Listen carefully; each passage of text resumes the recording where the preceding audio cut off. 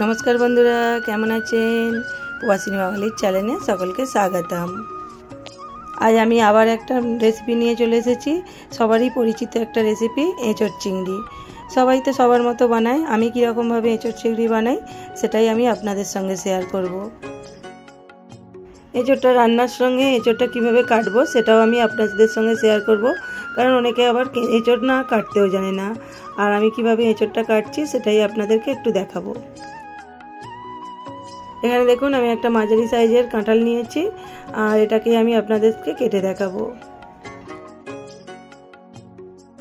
এখানে দেখুন কাঁঠালটার আমি খোলাটা ছাড়িয়ে নিয়েছি, আর খোলা ছাড়ানোর জন্য আমি এখানে একটা হাতে দেখুন থলি পরে নিয়েছি। থলিটা আমি হাতের মধ্যে ভালো করে বেঁধে নিয়েছি, আর অন্য হাতে আমি কি করেছি তেল লাগিয়ে নিয়েছি। থলিটা হাতের মধ্যে পরে খোলাটা আমি ছাড়িয়ে নিয়েছি, আর দেখুন এই হাতটায় আমি তেল লাগিয়ে নিয়েছি ভালো করে, আর অন্য হাতটা আমি থলি লাগিয়ে নিয়েছি। যেই হাতটা আমি বেশি ইউজ করব এই হাতটায় আমি থলি লাগিয়ে নিয়েছি। কাঁঠালটাকে আমি এবার কেটে নেব। দেখুন দু হাতখানা করে নিয়েছি, নিয়ে কাঁঠালটার বীজখানে যে এই যে সাদা অংশটা এটাকে আমি কেটে ফেলে দেব। সাদা অংশটাকে ভালো করে ফেলে দেব। আর কাঁঠালটা তো এখানে অনেকটাই নরম, কাঁঠালটা যদি একটু পাকলা হতো দানা হয়ে গেলে, এটাতে তো দানা হয়নি, আর দানা হয়ে গেলে দানার ভিতরে যে হালকা খোলাটা থাকে ওটাকে কিন্তু ফেলতে হয়, আর এটা নরম সেই জন্য ফেলতে হলো না। আর কাঁঠালটাকে দেখুন আমি ডুমো ডুমো করে কেটে নিচ্ছি। দুটো হাতে তো আমি থলি পরে নিয়ে একটা হাতে থলি পরেছি, কারণ দুটো হাতে থলিটা পরলে কিন্তু কাঁঠালটা কাটা যাবে না। আর একটা হাতে থলি পরে নিয়েছি, আর একটা হাতে দেখুন মাঝে মাঝেই আমি একটু তেল লাগিয়ে দিচ্ছি, যাতে কাঁঠালের আটাটা হাতের সঙ্গে না জড়িয়ে যায়। আর এখানে দেখুন কাঁঠালটাকে আমি ডুমো ডুমো করে কেটে নিয়েছি, আর হাতের মধ্যেও কিন্তু আমার সেরকমভাবে আঠা লাগেনি। আর অন্যদিকে থলিটায় দেখুন অনেকটাই কাঁঠালের আটাটা লেগে গেছে। আর এখানে দেখুন কাঁঠালটা আমি এরকমভাবে কেটে নিয়েছি, আর কাঁঠালটা কিন্তু অনেকটাই নরম। আর এখানে আরও একটা টিপস দিই, যখন আমরা কাঁঠাল কাটি এমনি কেটে নিই। কাঁঠালটা এমনি কাটার জায়গায় নিচে একটা যদি থলি পেতে কাটি, নিচেতে কিন্তু আমরা যে সান বা লাদির মধ্যে কাঁঠালের আঠাটা কিন্তু লেগে যাবে না। এখানে দেখুন আমি থলির মধ্যে কেটে নিয়েছি একবারে, থলিটা পেতে আমার কিন্তু নিচেতে একটুকু আঠা লাগেনি। কাঁঠালটা আমি এখানে ভালো করে ধুয়ে নিয়েছি। ধুয়ে নিয়ে কাঁঠালটা আমি কুকারের মধ্যে দিয়ে জল দিয়ে দিচ্ছি, পরিমাণ মতো নুন দিয়ে দেব, দিয়ে কাঁঠালটায় আমি একটা সিটি দিয়ে দেব।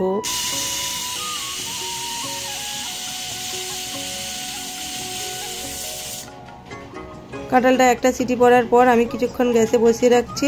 সিটি পড়ার আগেই গ্যাসটা বন্ধ করে দেব, আর এটাই এই অবস্থায় কিছুক্ষণ রেখে দিলে কাঁঠালটা একদম ভালো মতো সিদ্ধ হয়ে যাবে। কাঁঠালের সিটি দিয়ে কাঁঠালটাকে তো আমি কিছুক্ষণ রেখে দিলাম, আর এদিকে আমি রান্না করার জন্য প্রথমে এখানে দুটো এলাচ নিয়েছি, এলাচের খোলাটা ছাড়িয়ে নিয়েছি, আর দারুচিনি নিয়েছি। নিয়ে শুকনো খোলায় প্রথমে একটু ভেজে নেওয়ার পর ওর মধ্যে দিয়ে দিলাম জিরে। জিরেটাকে দিয়ে আমি কিছুক্ষণ ভেজে নেব। এটা শুকনো খোলায় একটা মশলা বানিয়ে রাখবো। মশলাটা তো আমার হয়ে গেছে, এটাকে আমি তুলে নাবিয়ে নেব, নাবিয়ে গুঁড়িয়ে রাখবো। আর এখানে আমি এঁচড় চিংড়ি বানানোর জন্য কিছুটা পরিমাণে চিংড়ি নিয়েছি, চিংড়িটাতে আমি নুন হলুদ মাখিয়ে নিয়েছি। আর এখানে মাঝারি সাইজের দুটো আলু আমি এরকম সাইজ করে কেটে নিয়েছি, একটা বড় সাইজের টমেটো কেটে নিয়েছি, দুটো মাঝারি সাইজের পেঁয়াজ কেটে নিয়েছি, আর নিয়ে নিয়েছি আদা রসুনের পেস্ট। এখানে সব কিছু তো কাটাকুটি হয়ে গেছে, আর এঁচড়টা যে আমি সিদ্ধ করতে দিয়েছিলাম কুকারে ওটাও সিদ্ধ হয়ে গেছে। আর এঁচড়টা দেখুন খুব বেশি সিদ্ধ হয়নি, আর এঁচড় বেশি সিদ্ধ হয়ে গেলে খেতে কিন্তু ভালো লাগে না, আর এটা রান্না হওয়ার পর আরও একটু সিদ্ধ হয়ে যাবে।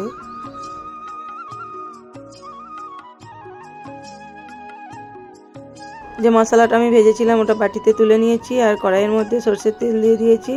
সরষের তেলে আজকে আমি রান্নাটা করব। তেলটা আমার গরম হয়ে গেছে, আমি এবার তেলের মধ্যে যে চিংড়ি মাছটা নুন হলুদ মাখিয়ে রেখেছিলাম ওটাকে প্রথমে ভেজে নেব।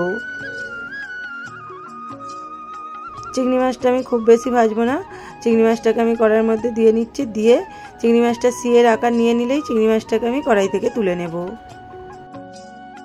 চিংড়ি মাছটা দেখুন সিয়ের আকার নিয়ে নিয়েছে, চিংড়ি মাছটাকে আমি এবার কড়াই থেকে তুলে নেব।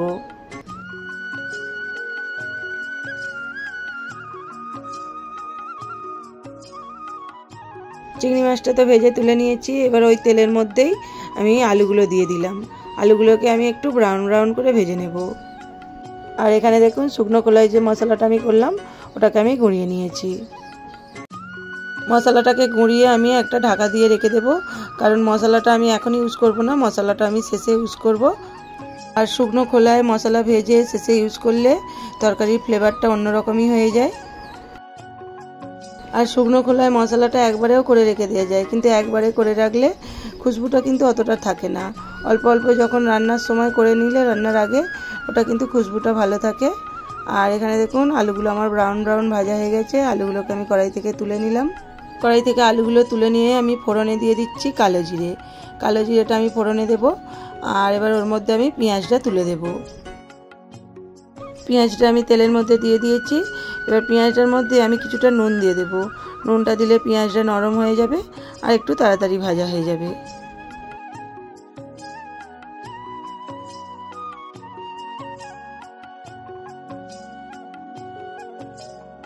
পেঁয়াজটাকে দেখুন আমি ব্রাউন ব্রাউন করে ভেজে নিয়েছি। এবার এর মধ্যে আমি রসুনের পেস্টটা তুলে দেব। আর রসুনের পেস্টটা তুলে দিয়ে আমি বেশ কিছুক্ষণ ভেজে নেব, যতক্ষণ না রসুনের কাঁচা গন্ধটা যাচ্ছে। আমি আদা রসুনের পেস্ট কিন্তু একসঙ্গে ইউজ করি না, কারণ রসুনটা একটু বেশি করে ভাজতে হয়, রসুনের যে কাঁচা গন্ধটা যতক্ষণ না যায়, আর আদাটা কম ভাজলেই চলে যায়। আর এখানে দেখুন রসুনটা আমার ভালোভাবে ভাজা হয়ে গেছে, রসুন থেকে একটা স্মেল উঠেছে। এবার আমি ওর মধ্যে যে কেটে রেখেছিলাম টমেটোর কুচিটা ওটা তুলে দেব। টমেটোর কুচিটা দিয়েও আমি এর সঙ্গে ভালো করে একটু কষিয়ে নেব। টমেটোর কুচিটা দিয়ে কিছুক্ষণ ভেজে নেব। টমেটোটা একটু নরম হয়ে গেলে তারপর বাকি মশলাগুলো আমি দেব।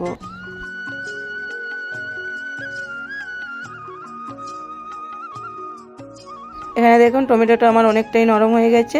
এবার আমি যে আদার পেস্টটা রেখেছিলাম ওই পেস্টটা দিয়ে দেব। আর দিয়ে দেব পরিমাণ মতো হলুদ আর পরিমাণ মতো লঙ্কার গুঁড়ো, আর দিয়ে দেব অল্প কিছুটা চিনি।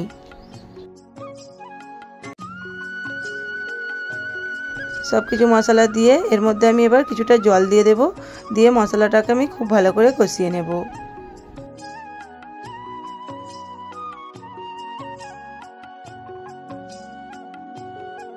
মশলাটা দেখুন আমার এখানে অনেকটা কষানো হয়ে গেছে। এবার আমি আবার একটু ঢাকন দিয়ে দেব, দিয়ে মশলাটাকে কষিয়ে নেব। আর এই অবস্থায় কিন্তু আমি গ্যাসটা সিম করে দিয়েছি। সিম করে মশলাটা আমি কষাচ্ছি। হাই ফ্লেমে যদি আমি মশলাটা কষাই, মশলাটা পুড়ে যাওয়ারও ভয় থাকে আর মশলাটা ভালোভাবে কষানো হয় না।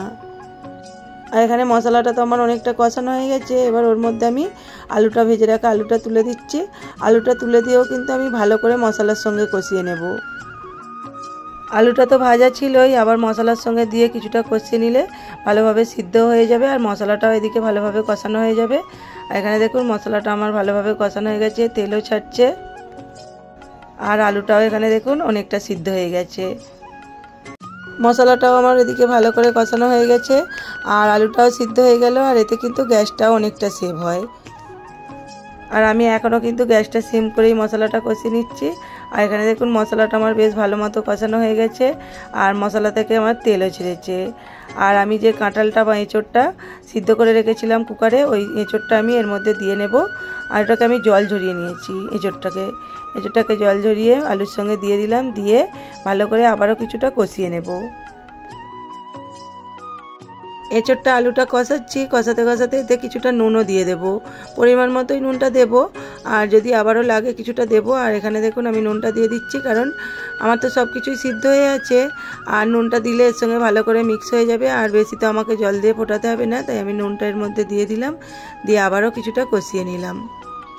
আর যে কোনো রান্নায় সব কিছু সবজি দিয়ে ভালো করে যদি কষানো যায় তার টেস্টটা কিন্তু অন্যরকমই হয়। আর এখানে দেখুন আমি কিছুটা কষিয়ে নিয়েছি, নিয়ে আবারও ঢাকন দিয়ে দেব, দিয়ে আবারও এঁচোড়টা আলুটা মশলাটা একসঙ্গে কিছুক্ষণ কষিয়ে নেব।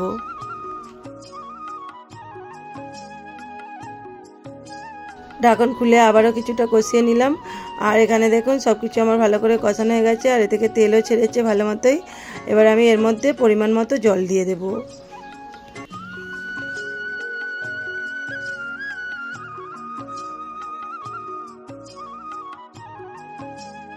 এখানে দেখুন সব কিছুই তো আমার সিদ্ধ হয়ে যাচ্ছে আর বেশিক্ষণ রান্না করতে হবে না। আর এবার এর মধ্যে আমি চিংড়িটাকেও তুলে দেব, দিয়ে ভালো করে এর সঙ্গে মিক্স করে নেব।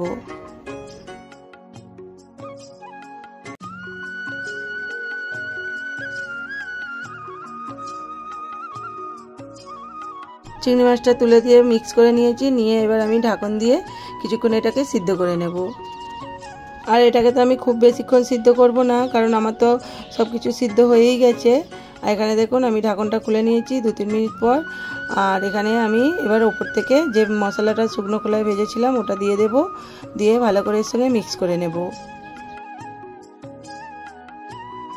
আর এখানে দেখুন সবজির মধ্যে জলটা এখনো অনেকটা আছে, আর যেহেতু আলু দেওয়া আছে জলটা কিন্তু অনেকটাই টেনে নেবে। এঁচোড় চিংড়িটা তো আমি আমার মতো করে বানালাম, আপনাদের কেমন লাগলো আমার রেসিপিটা? যদি ভালো লাগে একবার বাড়িতে ট্রাই করে দেখতে পারেন। আর এখানে দেখুন এঁচোড় চিংড়িটা প্রায় আমার কমপ্লিট হয়ে গেছে, আর কালারটাও দেখুন খুব সুন্দর এসেছে। এবার আমি গ্যাসের ফ্লেমটা বন্ধ করে দিয়েছি, দিয়ে আমি ওপর থেকে দিয়ে দেব কিছুটা পরিমাণে ঘি। ঘিটা দিলে কিন্তু এঁচোড় চিংড়ির ফ্লেভারটা পুরো চেঞ্জ হয়ে যায়। আবার অনেকে তো ঘি খায় না, যারা ঘি খায় না তাদের তো এটা দেওয়া যাবে না। আর যাই হোক এখানে দেখুন এঁচোড় চিংড়িটা আমার হয়ে গেছে, আমি 1 চামচ মতো ঘি দিয়ে দিয়েছি, আর কালারটাও দেখুন খুব সুন্দর এসছে। ঘি দেওয়া হয়ে গেছে, মশলা দেওয়া হয়ে গেছে, এবার আমি এটাকে কিছুক্ষণ ঢাকন দিয়ে রেখে দেবো। ঢাকন দিয়ে রেখে তারপর আমি এটাকে কড়াই থেকে নামিয়ে নেব। আর এখানে দেখুন আমার এঁচোড় চিংড়ি রেডি হয়ে গেছে। আজকের আমার রেসিপিটা আপনাদের কেমন লাগলো? যদি ভালো লাগে একটা করে লাইক কমেন্ট করে দেবেন। সকলে ভালো থাকবেন, সুস্থ থাকবেন, সাবধানে থাকবেন। আবার দেখা হবে নতুন একটা ব্লগ ভিডিও, নতুন একটা রেসিপির সঙ্গে।